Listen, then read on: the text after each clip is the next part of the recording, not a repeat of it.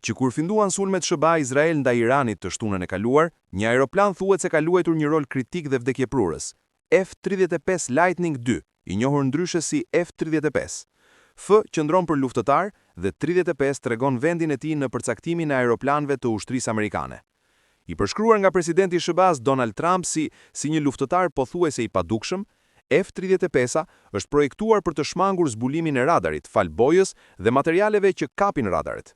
Kjo do të thotë që aeroplani mund të vendosë një sër bombash vdekjeprurëse inteligjente, bombash tërmuese dhe raketash të drejtuara me precizion pa u zbuluar, dhe nga deri në 400 km larg. Aeroplani gjithashtu kombinon të dhënat nga radari i tij në bord, kamerat dhe sensorët elektronik në një sistem të vetëm të integruar për ta mbajtur pilotin e tij një hap përpara. Kjo teknologji e përparuar e ka bërë aeroplanin luftarak jashtëzakonisht efektiv në shkatrimin e mbrojtjes ajrore iraniane dhe sigurimin e dominimit ajror, duke u lejuar aeroplanëve të tjerë të sulmojnë pa pengesa.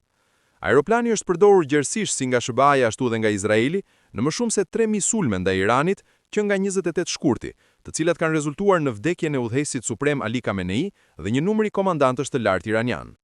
Cilat janë karakteristikat kryesore të F-35-s?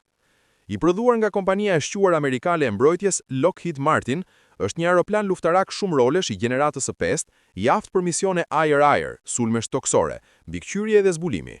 Me fjalë të tjera, është një nga aeroplanet më të përparuar në botë, i aftë të arrijë shpejtësi deri në afërsisht 2000 km/h, Mach 1, dhe të fluturojë deri në 15000 metra. Ai ka një rrezë veprimi deri në 2200 km. Flota amerikane të F-35 përfshin më shumë se 600 aeroplan të total, me shumë që ngrihen aktualisht nga bazat ushtarake aleate në të gjithë lindjen e mesme, dhe nga transportuesit aeroplanëve USS Gerald Ford në Mesdhe dhe USS Abraham Lincoln në Detin Arab. Izraeli po vendos edhe 48 aeroplan të tjerë. Aeroplani i cili hyri në shërbim në vitin 2015 kushton midis 80 deri në 120 milion dollar amerikan, varësisht nga versioni, me 3 të tillë aktualisht në dispozicion: A, B dhe C.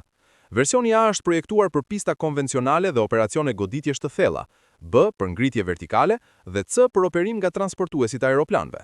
Kush tjetër e përdor F-35-ën?